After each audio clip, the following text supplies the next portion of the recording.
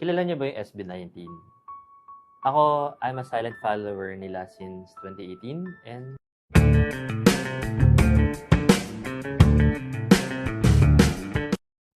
Hello 18! Welcome back to my channel. Thank you for clicking this video.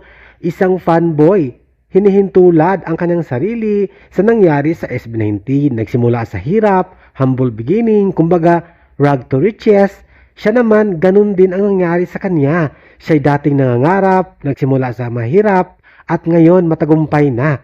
Tulad na lamang ng SB19, natupad lahat ng pangarap, at sabi niya sa statement niya na oras na lagi niya nakikita at napapanood ang SB19 ay naalala niya ang kanyang sarili na nagsusumikap para matupad ang pangarap. O di ba? Inspiration ng ating mahalima, the King of P-pop. kilala niyo ba yung SB19? Ako, I'm a silent follower nila since 2018 and that was also the time na active ako sa modeling, napapatawag ko sa mga PTRs and minsan nangarap din ako maging artist. Pero alam nyo, mas proud ako sa kanila kaysa sa kahit anong naramdaman ko noon para sa sarili ko. Kasi nakita ko yung laban nila. Nakita ko yung mga panahon na walang sure, walang guarantee, tanging pangarap lang yung hawak nila.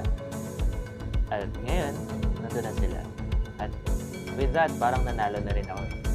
Kasi kapag nakikita mo yung wins nila, yung success nila, naiisip ko na lang kung sila kaya ko rin.